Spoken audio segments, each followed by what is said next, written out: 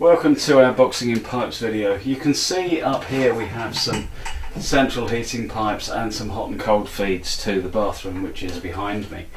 The owner wants these boxed in, quite understandably. They're a little bit unsightly, but the wall that we're fixing to is absolutely dreadful. It's a hollow wall. The battens are very hit and miss. Sometimes they're fixed to the solid wall behind it, sometimes they're not.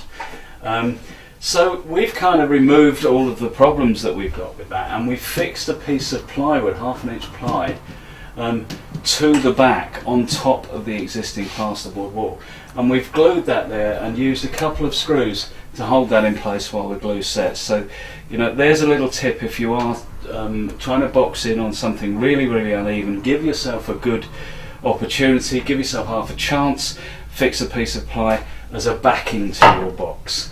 That allows everything on top of that backing to be fixed really solidly.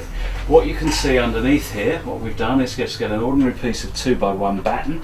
In this case it's treated because buying a bundle of roofing battens is cheaper than buying 2x1 timber, remember that.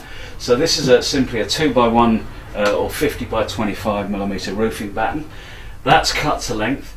Pilot holes have been drilled through the timber, and this has been fixed to the plywood at the back with 2.5 inch and sometimes 3 inch screws. If we're lucky enough to find a batten, we've used 3 inch screws to go straight through our batten, the plywood and the batten behind. So that gives us a really solid timber that forms our box. Okay, then we've cut the timber that is going to go on the face of the 2x1, and because the 2x1 is such a solid piece of timber, simply by fitting, let me give you an example here, if I can find a screw in my pocket, let's just put one in here.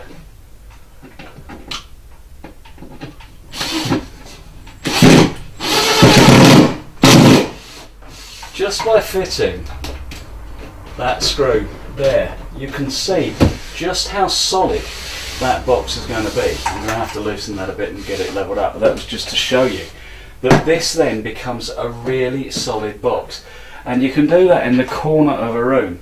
If afterwards, because normally when you're boxing around pipes, the pipes are in the way of the battening you want to put in, so by using a solid timber at the bottom, I'm able to know that that's very solid up there, and if I wanted to run some sealant or some decorator's cork along that top edge, that's going to give me a very good seal and a great joint to paint.